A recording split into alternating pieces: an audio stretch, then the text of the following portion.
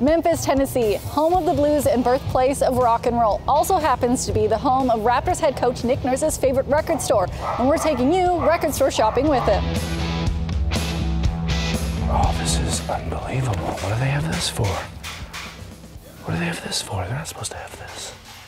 My brothers, I'm the youngest of 9. I have 5 older brothers. They had a downstairs stereo, and they had Earth, Wind, and Fire, and they had Neil Young, and they had Creedence, and they had Grand Funk Railroad, and they had, you know, but I remember, like, for me, Beach Boys, but like Earth, Wind, and Fire was it for me. I was always, when I'd sneak down there and I wasn't supposed to and put it on, that's what I was playing. Last album you bought, not including today.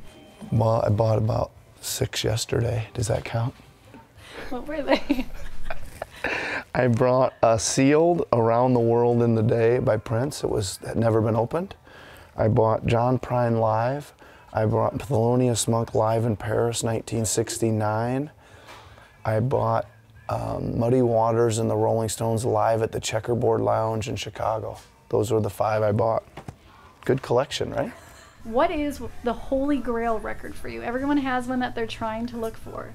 I'm trying to look for an original copy of the Black Album by Prince, which never got released. And supposedly there's a few that the Warner Brothers execs saved, like maybe 3 of them in existence.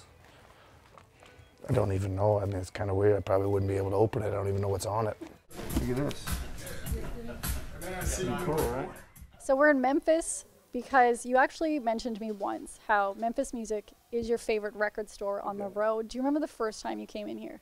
Oh, geez. This is my 9th year with the Raptors, so it was probably 8 years ago as an assistant. I probably came in the first trip we made here. I think so, yeah. I just started coming in here, and I had a couple stories to tell that I shared with a few of my friends, and we just started, you know, talking about this and that, and start picking out some records. And original spot that I kind of started looking for records is here. You talked about your collection in starting this. I heard a little rumor about how big your collection might be. Can you ballpark it? How many you think you have, like, in your possession? Yeah. I can ballpark. It's probably about 3,000 or 3,500.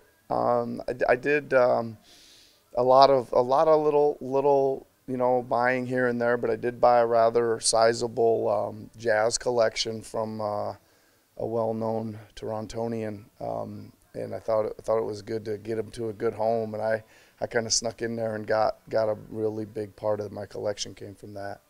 Do you remember kind of your first moment with music, a song that you listened to or album that kind of made you fall in love with it? Some impressionable music moments, yeah. I mean, I went to see Eric Clapton at the Royal Albert Hall in London, England in about 1990 when I was first coaching over there, and he was playing with his blues band. He had 24 nights in a row there, and that's kind of where that started with my love of blues and then jazz and everything like that. So that's a pretty memorable one.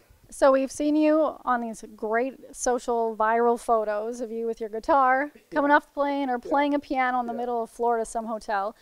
Do you have one of those instruments with you that you've been traveling with, and what song are you working on?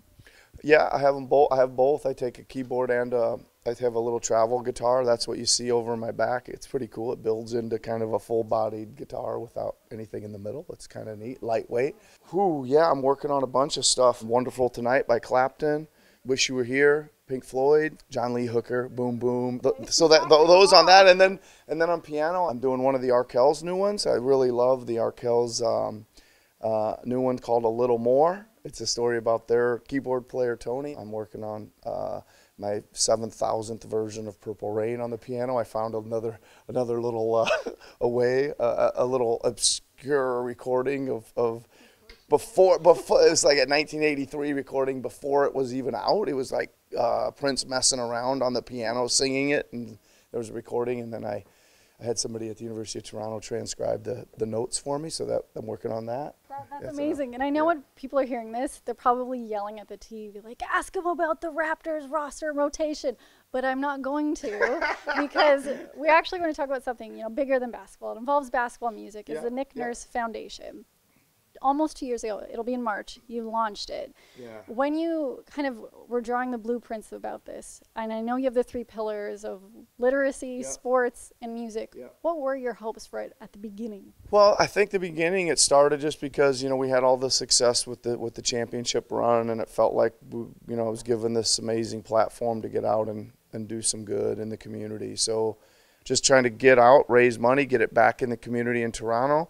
Mainly for me, I would say I want to get an instrument in a kid's hand, get them some lessons, get them a teacher, get them playing, whether it's a guitar or a piano or the drums or a DJ thing or vocal lessons or whatever it is, so they can be involved and have the joy of music. You have a legacy already in Canada, helping Canada get the first NBA title for the country. But when we actually look at the Nick Nurse Foundation, it's so much bigger than that. In say 10, 20 years, have you looked that far down the line and what you would like to see your foundation be? Well, first of all, we've just like a lot of people starting here lately, we got under the gun. We actually started the night before the pandemic. I mean, and we'll never forget that, right? Is we literally went to get tested from our event, straight to the hospital after the first evening of music.